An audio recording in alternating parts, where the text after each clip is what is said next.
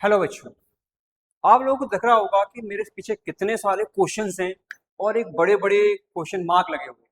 आखिर इनका मतलब क्या है? आखिर मैंने एक क्वेश्चन मार्क क्यों लगाए हैं? आखिर इतने सारे क्वेश्चंस को यहाँ लाने का मतलब क्या है? तो मतलब बेटा आपके काम की चीज है। काम की चीज ये है कि आप देखते हो कि 90% जो कमी रह जाती है वो बच्चों की आंसर राइटिंग में रह जाती है कि बच्चे आंसर प्रॉपरली राइट ही नहीं कर पाते। और सीबीएसई बोर्ड का सबसे बड़ा जो मेन फैक्टर है एग्जाम का वो यही है कि हमें आंसर राइटिंग प्रॉपर आनी चाहिए। और अगर हमें आंसर राइटिंग प्रॉपरली नहीं आती है तो शायद हम जानते हैं कि 90% बच्चों के मार्क्स खत्म हो जाते हैं कि आती हुई चीजें हम छोड़ कर आ जाते। आती हुई चीजों को अगर हम लिखकर आते भी हैं तो नंबर प्रॉपर नहीं मिलते जितने हमने एक्सपेक्ट किए होते हैं। तो आखिर इन सब का सॉल्यूशन क्या है? प्रॉब्लम तो आ गई, लेकिन सॉल्यूशन क्या है? सॉल्यूशन है कि जब तक आपको इन सभी के प्रॉपर कंसेप्ट पता नहीं होंगे तब तक आप प्रॉपर आंसर राइटिंग बता ही नहीं पाओगे, बना भी नहीं पाओगे। तो अब बात आती है कंसेप्ट कि सर कंसेप्ट के बारे में क्या करें, what is the solution for the concept.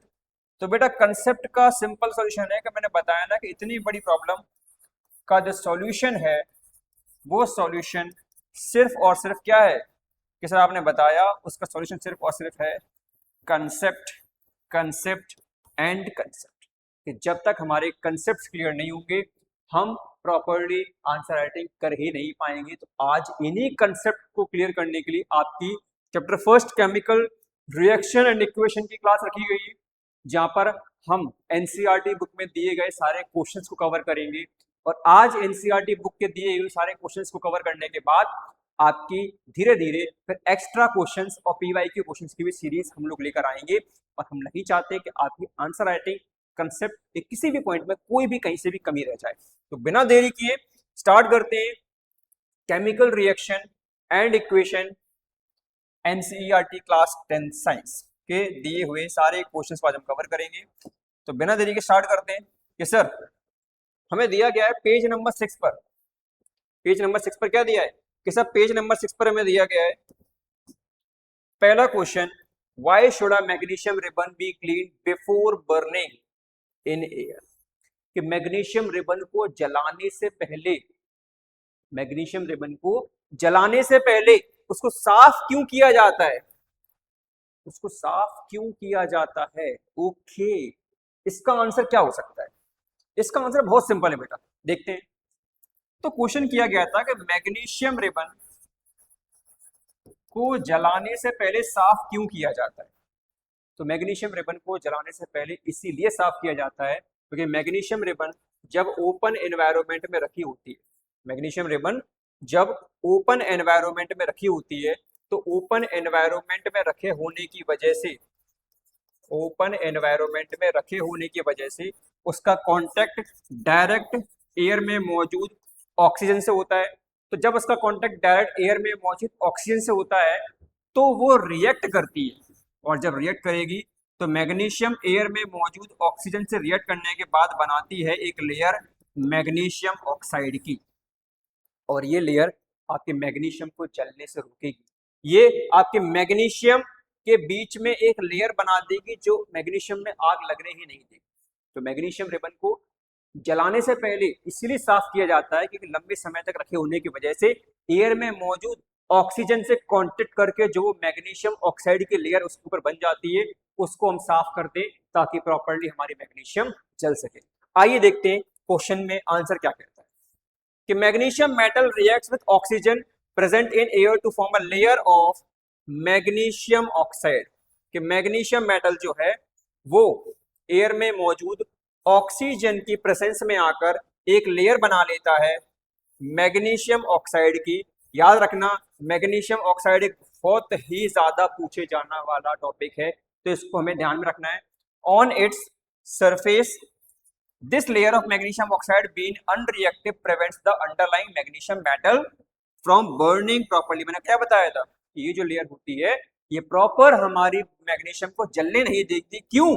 क्योंकि ये अनरिएक्टिव है, क्योंकि ये अनरिएक्टिव है। आगे देखते हैं कि इसीलिए therefore magnesium ribbon is cleaned before burning in air. के मैग्नीशियम रिबन को जलाने से पहले साफ किया जाता है, लेकिन किससे? कि सर हम उसको सैंड पेपर से साफ कर सकते हैं, और जब तक उसको प्रॉपर्ली हम साफ नहीं करेंगे मैग्नीशियम रिबन का जलना पॉसिबल नहीं है, क्योंकि वो अनरिएक्टिव लेयर बना देता है ऑक्सीजन की प्रेजेंस में आकर, दैट इज मैग्नीशियम ऑक्साइड। चलिए, ये तो बहुत आसानी से हमारा क्वेश्चन हो गया। आगे देखते हैं question number second. Question number second क्या दिया है कि सर क्वेश्चन नंबर सेकंड दिया, right the balance chemical equation for the following chemical reaction, के नीचे दिए गई केमिकल रिएक्शंस के लिए हमें बैलेंस्ड केमिकल इक्वेशन लिखना है। तो नीचे दिए गई केमिकल इक्वेशंस रिएक्शंस के लिए अगर हमें बैलेंस्ड केमिकल इक्वेशन लिखना है, तो सबसे पहले मैंने बताया था आपको क्लास के दौरान भी कि आपको केमिकल कंपाउंड्स और केमिकल एलिमेंट्स के नेम और सिंबल पता होने चाहिए। जब तक आपको नेम और सिंबल पता नहीं होंगे आप प्रॉपर्ली इन क्वेश्चंस को सॉल्व कर ही नहीं पाएंगे। चलिए देखते हैं कैसे होगा। हम बात करें हाइड्रोजन प्लस क्लोरीन, क्या दे रहा है, इसे हाइड्रोजन प्लस क्लोरीन दे रहा है, हाइड्रोजन क्लोराइड। समझो, हाइड्रोजन हमेशा 2 के पेयर में आता है तो H2 लग गया, क्लोरीन हमेशा 2 के पेयर में चलता है Cl2 लग गया, तो क्या बना, इसे हाइड्रोजन क्लोराइड बना। तो हाइड्रोजन क्लोराइड का फॉर्मूला होता है HCl। लेकिन क्या ये बैलेंस है? बेटा बैलेंस करना बहुत इंपॉर्टेंट है। जब तक हम बैलेंस नहीं करेंगे तब तक कहीं ना कहीं हमारी इक्वेशन प्रॉपर्ली काम ही नहीं करेगी, वो एक स्केलेटल इक्वेशन के फॉर्म में बनी रहेगी। तो स्केलेटल इक्वेशन क्या, कि स्केलेटल इक्वेशन वो इक्वेशंस होती हैं जो हमारी इक्वेशंस को हम डायरेक्टली लिख देते हैं बिना बैलेंस किए। तो अगर बैलेंस नहीं करोगे तो कहीं ना कहीं वो इक्वेशन आपकी कंजर्वेशन ऑफ मास के लॉ को फॉलो नहीं करेगी। इसीलिए हमें इक्वेशंस को फॉलो करना, सॉरी इक्वेशन को बैलेंस करना पड़ता है। समझिए, यहाँ पर हाइड्रोजन कितने थे कि सर 2 थे, यहाँ क्लोरीन कितने थे कि सर 2 थे, लेकिन यहाँ तो एक एक है। लेकिन अगर हम इन सभी के आगे 2 का मल्टीप्लाई कर दें, इन सभी के आगे 2 का मल्टीप्लाई कर दें तो हाइड्रोजन भी 2, Cl भी 2। हाँ, अब हम देख पा रहे हैं कि यहाँ भी हाइड्रोजन 2, यहाँ भी हाइड्रोजन 2, यहाँ भी क्लोरीन 2 और यहाँ भी क्लोरीन 2। हमारी इक्वेशन अब बैलेंस हो चुकी। आगे देखते हैं बेरियम क्लोराइड। बेरियम क्लोराइड क्या है सर, बेरियम क्लोराइड का फॉर्मूला होता है बेटा BaCl2। यहाँ पर एक काम करते हैं, अलग से लिख लेते हैं नेक्स्ट स्लाइड पर। चलिए देखिए नेक्स्ट स्लाइड क्या बोलती है, इसको देखते हैं। बेरियम क्लोराइड BaCl2, ठीक है। आगे क्या दिया गया है कि सर बेरियम क्लोराइड के बाद हमें दिया गया है एल्यूमिनियम सल्फेट। समझो एल्यूमिनियम सल्फेट को, Al2SO4, ये तो एल्यूमिनियम सल्फेट हो गया। और क्या दिया गया है कि सर और हमें दिया गया है कि बेरियम क्लोराइड, एल्यूमिनियम सल्फेट, उसके बाद क्या कि सर बेरियम सल्फेट और एल्यूमिनियम क्लोराइड क्या बना रहा है कि सर ये बना रहा है बेरियम सल्फेट और एल्यूमिनियम क्लोराइड। समझो,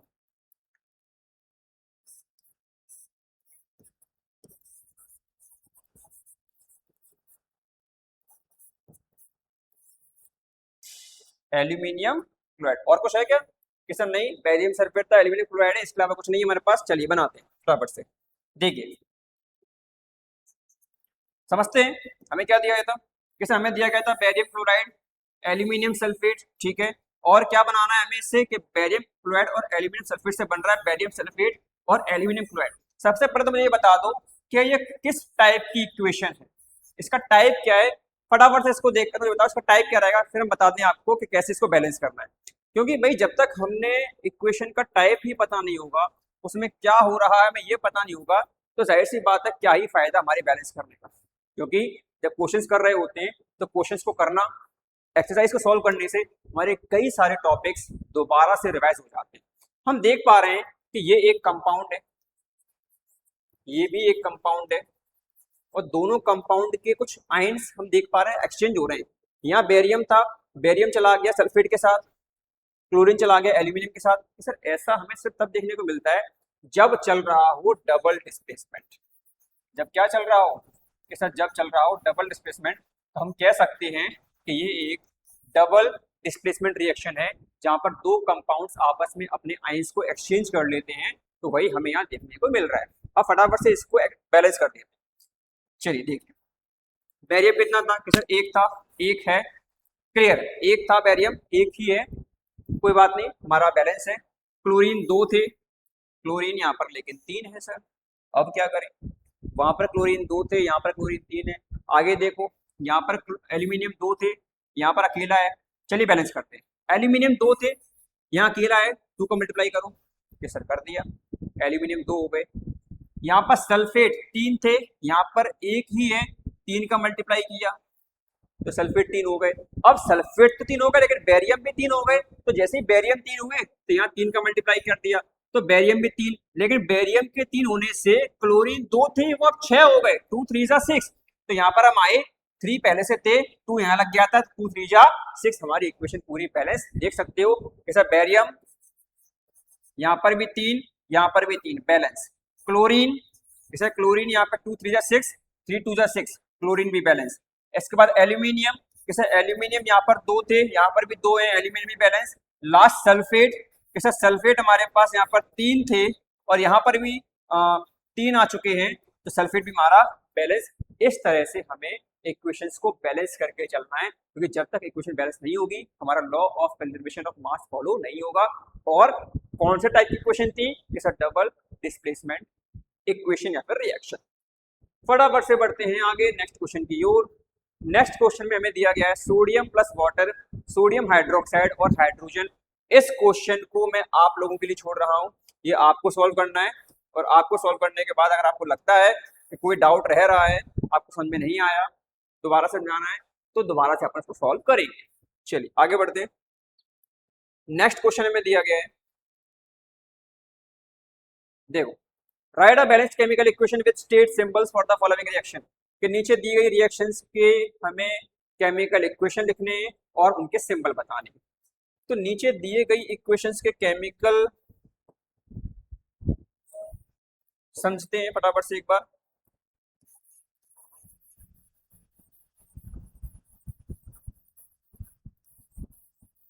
तो अभी मैंने तुरंत आपकी आंसर्स को हाइड कर दिया है। अब आप सोच रहे होंगे कि सर अब थोड़ा मुश्किल हो गया, अब क्या करें। अब मुश्किल तो हुआ है, लेकिन बेटा कंसेप्ट यहीं से बिल्ड होगा। चलिए सॉल्व करते हैं। सॉल्व करने पे क्या आएगा देखते हैं। बोला गया है कि solution of barium chloride, barium chloride के साथ बेरियम क्लोराइड का होता है BaCl2। दिख रहा है सभी को, बताइए, विजिबल है, बिल्कुल सही। Solution of barium chloride and sodium sulphate, जैसा सोडियम सल्फेट Na2, थोड़ा सा डार्क हो रहा है, सिंपल कर लेते हैं, हो सकता है कुछ बच्चों को दिखाई ना दे। Na2SO4, सोडियम सल्फेट हो गया।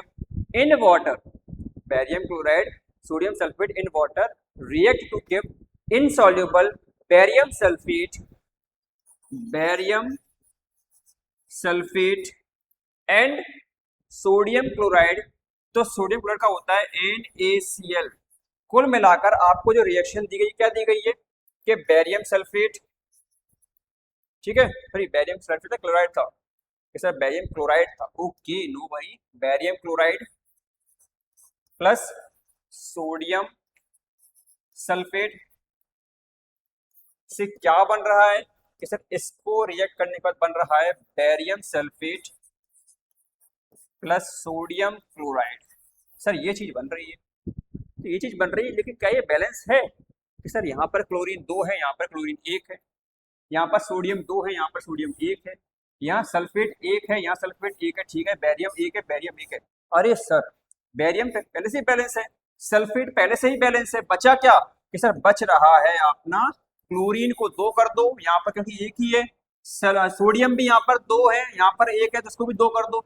अब दोनों को ही 2 करना, तो क्या करें कि सर दोनों को 2 करने के लिए आगे लगा देंगे 2 का मल्टीप्लाई, और यहाँ पर हमारी सोडियम भी 2, क्लोरीन भी 2, hence the equation is now balanced. इस तरह से हमको ये सॉल्व करना है। तो आइए देखते हैं अगला क्वेश्चन।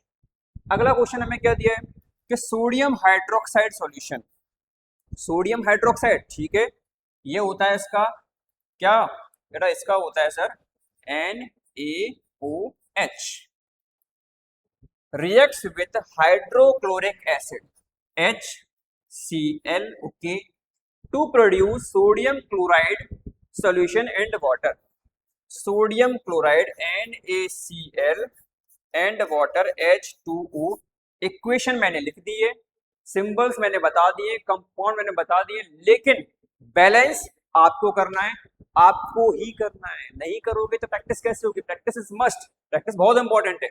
तो फटाफट इसको बैलेंस कर लीजिएगा, और बैलेंस करने के बाद फिर हम देखेंगे कि आपके क्वेश्चंस कहाँ गलत हो रहे हैं, क्योंकि बताना आपको। प्रैक्टिस नहीं करोगे बेटा, टीचर कोई भी हो, टीचर सिर्फ आपको एक जगह बता सकता है कि कहाँ तक पहुँचना है, कैसे पहुँचना है, कैसे उस रास्ते को क्लियर करना है, कैसे हमारे हर्डल्स को साफ करना है, लेकिन पहुँचना आप ही को पड़ेगा। क्योंकि याद है आप लोगों को, कभी आप लोगों ने अगर सुना हो, नहीं सुना तो मैं बता देता हूँ। एक रूल आता है, वो रूल क्या कहता है कि सर वो रूल आखिर होता क्या है? तो बेटा वो रूल होता है 1% रूल।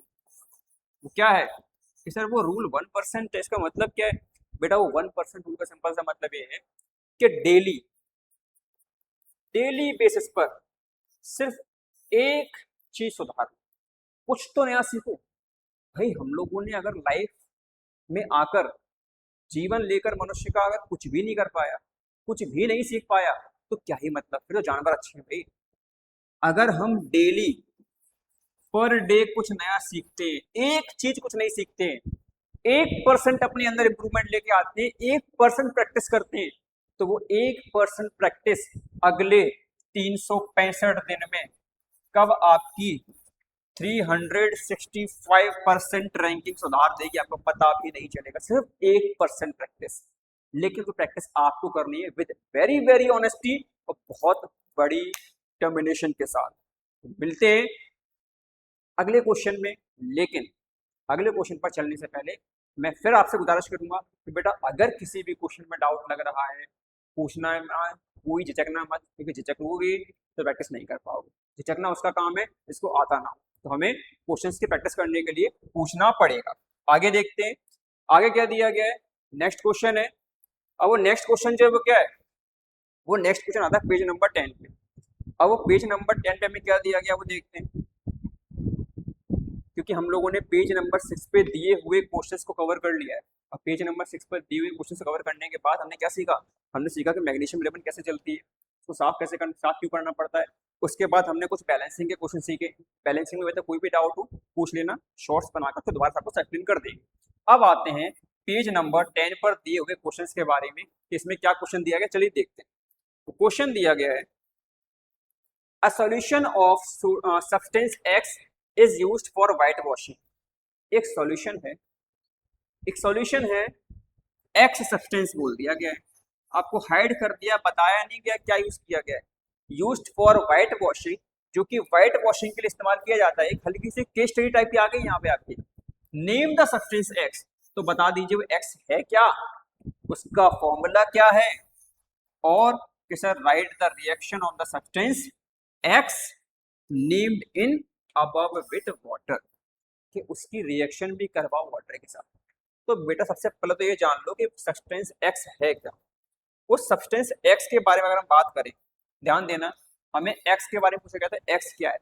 तो याद रखना कि जब भी कोई केमिकल सब्सटेंस पूछा जाए जो व्हाइट वॉशिंग के लिए इस्तेमाल किया जाता है, जो व्हाइट वॉशिंग के लिए इस्तेमाल किया जाता है, तो ये वो सब्सटेंस होता है जो आपने देखा होगा कि पुराने समय में हमारे घरों में, मैं ये नहीं बोल रहा हूँ कि आप लोग जहाँ रह रहे हो वहीं पे, लेकिन गाँव में तो होता है। गाँव में पुराने समय में हम देखते हैं हमारे चबूतरे हुआ करते थे, उन पर एक चूने का लेप लगाया जाता था, या फिर दीवालों को रंगने के लिए चूने का इस्तेमाल करते थे। तो सर चूने का इस्तेमाल तो करते थे, हमने देखा भी है, और उन वॉल्स को जैसे हम टच करते थे या हम टिकते थे तो हमारे कपड़े या फिर हमारे हाथ गंदे हो जाते थे, हमारे हाथों पर, हमारे कपड़ों पर चूने का वो व्हाइट व्हाइट कलर आ जाता था। सर वो चूने की बात चल रही है क्या यहाँ पर? हाँ, उसी चूने की बात चल रही है। हम याद रखना हमेशा कि व्हाइट वॉशिंग के लिए इस्तेमाल किए जाने वाला वो सब्सटेंस एक्स क्या है, कि हमारे घरों में इस्तेमाल किए जाने वाला वो चूना, जिस चूने को हम क्या बोलते हैं, जैसा उस चूने को हम बोलते हैं कैल्शियम ऑक्साइड। क्या बोलते हैं? जैसा उसको हम बोलते हैं कैल्शियम ऑक्साइड, इसका फॉर्मूला होता है CaO। क्या फॉर्मूला होता है? जैसा उसका फॉर्मूला होता है CaO। तो फिर क्वेश्चन नंबर हमें दिया गया था फर्स्ट में, क्या दिया गया था? A solution substance x is used for white washing, name the substance. तो सब्सटेंस का नेम क्लियर हो गया सर, क्या हो गया, CaO। Okay done. Formula formula हो गया, नेम होता है कैल्शियम ऑक्साइड। आगे क्या दिया है कि right the reaction of substance named above with the water. अब वाटर के साथ उसकी रिएक्शन करके बताओ। तो बेटा वाटर के साथ रिएक्शन देखो कैसे होती है, CaO प्लस H2O। अब यहाँ पर क्या होगा, कैल्शियम ऑक्साइड जब वाटर से रिएक्ट करेगा तो बनेगा कैल्शियम हाइड्रोक्साइड। क्या बनेगा कि सर, फिर बनेगा कैल्शियम हाइड्रोक्साइड, एक्वस सॉल्यूशन रहेगा। और ये वही है कि जैसे ही हम चूने को बाल्टी में भरे हुए पानी में डालते हैं, बाल्टी गर्म होने लगती है। बाल्टी में भरे हुए पानी में डालने पर बाल्टी गर्म हो गई, उसमें से हीट निकलने लगी, बबल्स निकलने लगे। भाई इसका मतलब कि सर किसी भी रिएक्शन में जब हीट निकल रही होती है, इसका मतलब क्या उसमें ऐसा हो रहा है कि वो एक्सोथर्मिक रिएक्शन है? बिल्कुल, वो एक्सोथर्मिक रिएक्शन है। तो हम कह सकते हैं कि चूने को जब पानी में डाला जाएगा या कैल्शियम हाइड्रोक्साइड की रिएक्शन वाटर से करवाई जाएगी, तो यहाँ पर हीट रिलीज होगी, और हीट रिलीज होने की वजह से हम कह सकते हैं कि ये एक एक्सोथर्मिक रिएक्शन है, इसमें हीट इवॉल्व होती है या हीट रिलीज हो रही है। इसके बाद अगर हम बात करें कि कैल्शियम हाइड्रोक्साइड का फॉर्मूला क्या, तो बेटा उस फॉर्मूले को आपको खोजना है, आपको निकालना है, जो आपके लिए छोटा सा होमवर्क मेरी तरफ से। आगे देखते हैं नेक्स्ट क्वेश्चन की ओर। तो नेक्स्ट क्वेश्चन सर आपने बताया क्या, देखते हैं आगे। Why is the amount of gas collected in one test tube in activity 1.7 double amount of collection. अच्छा, okay okay, fine fine fine. ये आपकी एक्टिविटी से क्वेश्चन आ गया है बेटा, ये क्वेश्चन आपकी एक्टिविटी से है। तो अभी इस क्वेश्चन को थोड़ा सा होल्ड करेंगे, क्योंकि एक्टिविटीज अभी अपन ने कवर नहीं की है। एक्टिविटीज को जब कवर करेंगे ऑटोमेटिकली क्वेश्चन भी कवर हो जाएगा। चलिए आगे देखते हैं नेक्स्ट क्वेश्चन पे बिना देरी के। अगला क्वेश्चन, अगला कंसेप्ट, नई चीजें सीखनी है हमें भाई, बहुत ऊपर जाना है, 99% स्कोर करना है साइंस में, CBSE बोर्ड में। चलिए देखिए, अब आते हैं पेज नंबर 13 पर।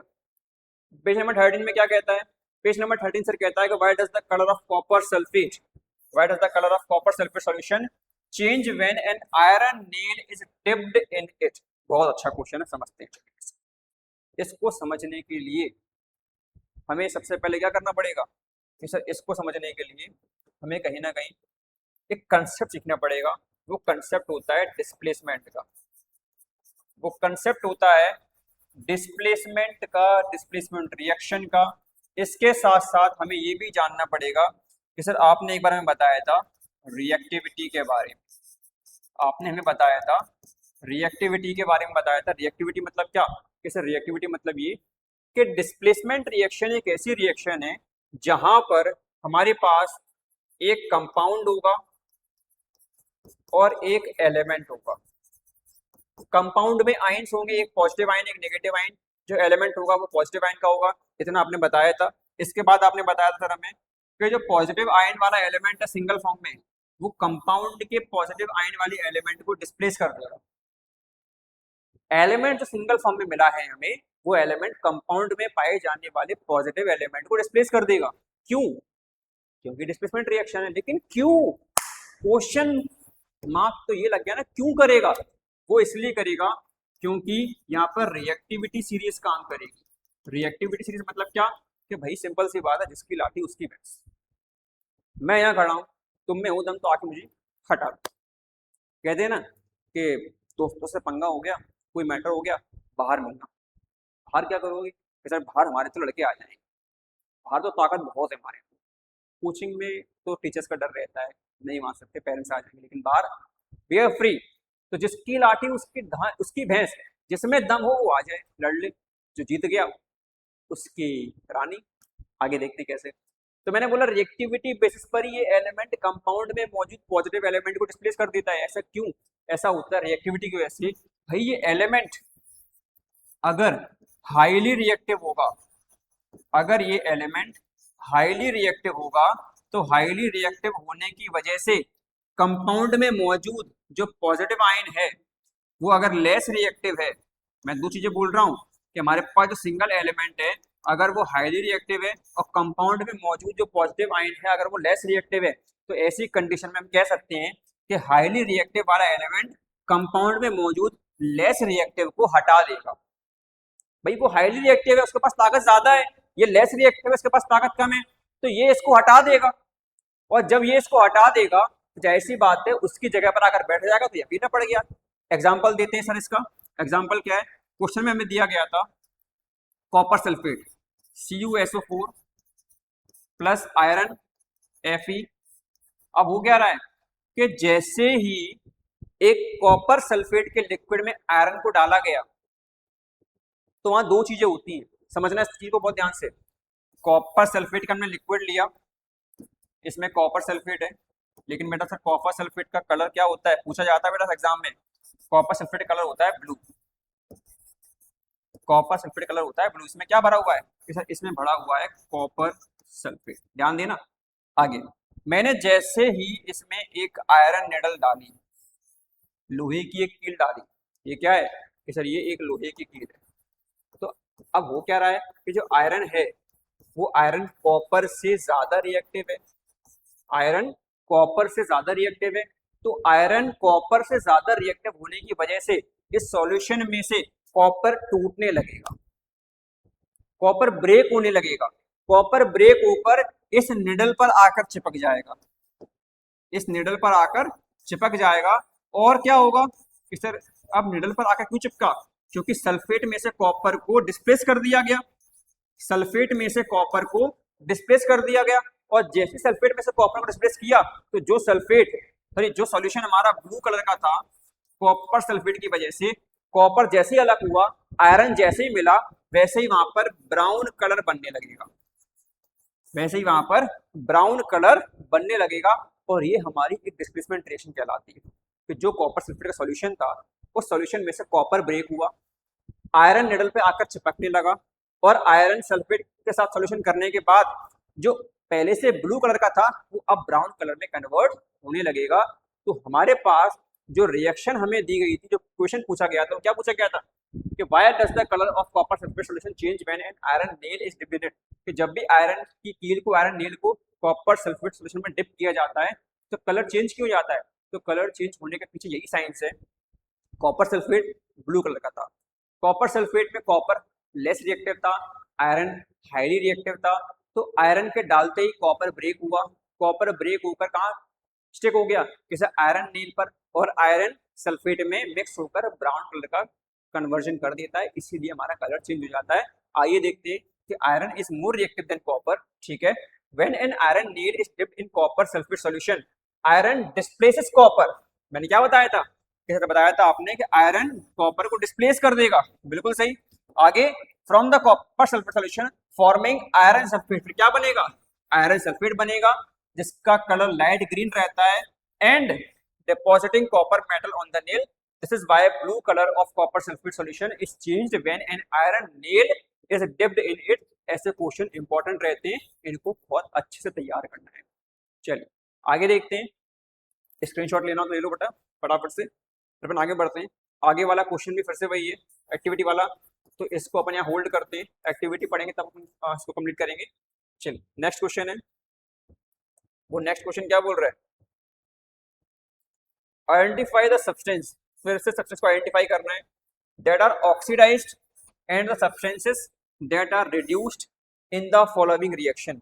नीचे दी गई रिएक्शन में हमें बताना है कि कौन सा सब्सटेंस ऑक्सीडाइज हुआ है, कौन सा रिड्यूस हुआ है। तो सबसे पहले तो हम ये जान लेते हैं कि ऑक्सीडाइज होना और रिड्यूस होने का मतलब क्या है। तो दो टर्म हमारे पास दिए गए हैं, एक टर्म में दिया गया है ऑक्सीडाइज्ड, दूसरा दिया गया है रिड्यूस्ड। इसका मतलब जानते हैं क्या होता है। ऑक्सीडाइज्ड का सिंपल सा मतलब है कि जब ऑक्सीजन ऐड हो रहा हो तो ऑक्सीडेशन होगा, और वो सब्सटेंस जिसमें ऑक्सीजन ऐड हो गया वो ऑक्सीडाइज्ड हो गया, या फिर हाइड्रोजन रिमूव हो गया तब भी वो ऑक्सीडाइज्ड हो गया।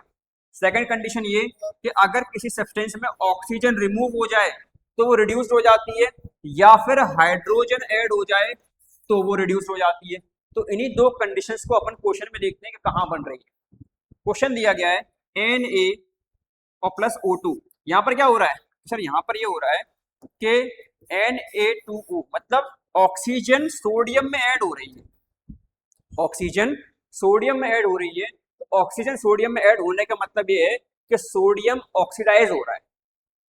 मैंने क्या बोला था, दो कंडीशन थी, अगर ऑक्सीजन ऐड हो या हाइड्रोजन रिमूव हो तो सब्सटेंस ऑक्सीडाइज्ड होगा, अगर ऑक्सीजन रिमूव हो या हाइड्रोजन ऐड हो तो सब्सटेंस रिड्यूस्ड होगा। लेकिन यहाँ पर Na में ऑक्सीजन ऐड हो रही है, इसका मतलब क्या कि सर, इसका मतलब ये है कि जो सोडियम है वो ऑक्सीडाइज हो रही है, और सोडियम अगर ऑक्सीडाइज हो रही है इसका मतलब कि ये एक ऑक्सीडेशन रिएक्शन है, ये एक ऑक्सीडेशन रिएक्शन है। इतना क्लियर? चलिए आगे देखते हैं, नेक्स्ट पॉइंट क्या दिया था कि कॉपर ऑक्साइड और hydrogen, copper oxide plus hydrogen, आगे क्या दिया गया है कि सर कॉपर प्लस H2O। अब यहां पर हम ध्यान से देखा तो ध्यान से देखने पर हमें समझ में ये आ रहा है कि कॉपर में तो ऑलरेडी ऑक्सीजन थी, लेकिन यहाँ पर तो ऑक्सीजन रिमूव हो गई। आगे चलकर देखा तो ऑक्सीजन रिमूव हो गई, तो ऑक्सीजन का रिमूव होना, ऑक्सीजन का रिमूव होना इसका मतलब क्या कि सर ऑक्सीजन का रिमूव होना इसका मतलब ये है कि जो कॉपर ऑक्साइड थी वो रिड्यूस्ड हो चुकी है, वो रिड्यूस्ड हो चुकी है। ऑक्सीजन का रिमूव होना या हाइड्रोजन का ऐड होना, दोनों कंडीशन कौन सी कि रिड्यूस्ड मतलब कॉपर का रिडक्शन हुआ है, कॉपर ऑक्साइड का रिडक्शन हुआ है, ऑक्सीजन रिमूव हुई है। हाइड्रोजन की बात करते हैं, हाइड्रोजन तो अकेला है, हाइड्रोजन जब अकेला है, हाइड्रोजन को क्या मिल गया कि सर हाइड्रोजन को मिल गया ऑक्सीजन, हाइड्रोजन को मिल गया ऑक्सीजन। अब यहाँ पर बहुत इंपॉर्टेंट पॉइंट आता है, पहले ऑक्सीजन कॉपर के साथ था, अब रिएक्शन के बाद ये हाइड्रोजन के साथ आ गया है। यहाँ पर एक बहुत इंपॉर्टेंट टर्म क्या आ रहा है, वो टर्म बेटा ये आ रहा है, बहुत ध्यान से सुनना समझना, क्या आ रहा है, ऑक्सीजन तो रिमूव हुआ तो कॉपर का तो रिडक्शन हो गया, ठीक है। ऑक्सीजन जैसे ही हाइड्रोजन में ऐड हुआ H2O, तो क्या कह सकते हैं कि हाइड्रोजन ऑक्सीडाइज्ड हो गया, हाइड्रोजन ऑक्सीडाइज्ड हो गया। क्यों हुआ? क्योंकि हाइड्रोजन में ऑक्सीजन ऐड हो गया, तो हाइड्रोजन ऑक्सीडाइज्ड मतलब हाइड्रोजन के साथ ऑक्सीडेशन रिएक्शन हुई है, हाइड्रोजन के साथ ऑक्सीडेशन रिएक्शन हुई है। लेकिन सेकंड कंडीशन एक और है यहाँ पर, वो क्या है कि हाइड्रोजन के साथ ऑक्सीजन ऐड हुआ तो ऑक्सीडेशन कहलाई, हाइड्रोजन ऑक्सीडाइज हो गया। लेकिन हम ये भी तो कह सकते थे कि हाइड्रोजन ऑक्सीजन में ऐड हुआ, अगर हम ये बोल रहे हैं कि हाइड्रोजन में ऑक्सीजन ऐड हुई है तो क्या हम ये नहीं कह सकते कि हाइड्रोजन ऑक्सीजन में ऐड हो गया? कह सकते हैं। अगर हम ये कहते हैं कि हाइड्रोजन ऑक्सीजन में ऐड हो गया, इसका मतलब कि ऑक्सीजन का हुआ है रिडक्शन, ऑक्सीजन का हुआ है रिडक्शन मतलब ऑक्सीजन हो गई रिड्यूस्ड। इसका दो दो चीजें एक ही पॉइंट में, बिल्कुल। हम ये कहें कि हाइड्रोजन में ऑक्सीजन ऐड हो गया तो हम कह सकते हैं कि हाइड्रोजन का ऑक्सीडेशन हो गया। हम अगर ये कहें कि ऑक्सीजन हाइड्रोजन में ऐड हो गया, या फिर हम ये कहें कि ऑक्सीजन में हाइड्रोजन ऐड हो गया, तो ऑक्सीजन का हो गया रिडक्शन। क्योंकि रिडक्शन कब होता है, रिडक्शन तब होता है, रिड्यूस तब होता है जब किसी सब्सटेंस में हाइड्रोजन ऐड हो जाए। ऑक्सीजन में हाइड्रोजन ऐड हो गया, बिल्कुल रिडक्शन हो गया, किसका? ऑक्सीजन का। तो रिड्यूस्ड कौन है? ऑक्सीजन है। अब मैं बताता हूं कि हम ऑक्सीडेशन या फिर ऑक्सीडाइज उसको कहते हैं जिसमें ऑक्सीजन ऐड हो जाए। तो हाइड्रोजन में कौन ऐड हुआ? ऑक्सीजन। तो हाइड्रोजन का क्या हुआ? ऑक्सीडेशन। ऑक्सीडाइज कौन है? हाइड्रोजन। दोनों कंडीशन है, रिड्यूस की बात आए तो ऑक्सीजन और ऑक्सीडाइज की बात आए तो हाइड्रोजन। तो ये बहुत इंपॉर्टेंट पॉइंट है, इस पॉइंट को अपने माइंड में हमेशा के लिए छाप लेना। अगर कभी बोला जाए क्या एक ही कंपाउंड में जो दो एलिमेंट्स हैं वो दो एलिमेंट एक साथ ऑक्सीडाइज या रिड्यूस हो सकते हैं, तो बिल्कुल हो सकते हैं। And the example is H2O। आप देख पा रहे हो कि हाइड्रोजन में ऑक्सीजन के ऐड होने से हाइड्रोजन ऑक्सीडाइज हो गया, हाइड्रोजन में ऑक्सीजन का ऐड होना मतलब रिड्यूस होना, तो यहाँ पे दोनों ही कंडीशन हमारे पास सामने आ रहे हैं। चलिए आगे बढ़ते हैं नेक्स्ट क्वेश्चन की तरफ। नेक्स्ट क्वेश्चन क्या बोल रहा है देखते हैं। अगला क्वेश्चन तो शायद यहाँ पर खत्म हो गया है, अगले पेज पे आते हैं। अगला पेज कहाँ है भाई, ये रहा। ओ हो, अब आ रहा है next question, section D, chapter and exercise. अब तो सर हमारे चैप्टर की मेन एक्सरसाइज आ गई। अभी तक तो हम वो क्वेश्चंस कवर कर रहे थे जो चैप्टर के बीच में दिए गए थे, लेकिन अब तो चैप्टर की मेन एक्सरसाइज आ गई। तो बेटा जब मेन एक्सरसाइज आ जाए तो फिर क्या करना है, तो फिर हमें दिए गए, बताए गए, सिखाए गए सभी कंसेप्ट को रिवाइज कर कर अब हमारा एक मेन फाइनल वर्कशीट टाइप का आ चुका है, जहां पर हम सारे क्वेश्चन को दोबारा रिवाइज करेंगे, कंसेप्ट को दोबारा रिवाइज करेंगे। लेकिन इसके लिए आपको प्रिपेयर, क्योंकि ये क्लास आज हम यही खत्म करने वाले हैं और इस एक्सरसाइज को हम आपको कल अपलोड करेंगे, आपको कल बताएंगे, कल सिखाएंगे। लेकिन तब तक अभी जो क्वेश्चंस हुए उन क्वेश्चंस में अगर कोई भी डाउट हो, कोई भी आपको लग रहा है कि ये क्वेश्चन नहीं आ रहा है, ये कंसेप्ट मिस हो रहा है, ये कंसेप्ट में समझ में नहीं आया, दोबारा समझना है, तो बिना झिझके, बिना किसी परेशानी के कमेंट बॉक्स में डाल देना, सर ये टॉपिक दोबारा बता दो, ये क्वेश्चन नहीं आया। ऐसा कोई दिक्कत नहीं है, आपके लिए अगले ही दिन उसका शॉर्ट वीडियो आपको प्रॉपर स्पेशली आपके लिए एक्सप्लेन करके डाल दिया जाएगा। ठीक है, मिलते हैं, जुड़े रहिए, बने रहिए ऐसे ही, और अपने दोस्तों को शेयर करना और खुद सब्सक्राइब करना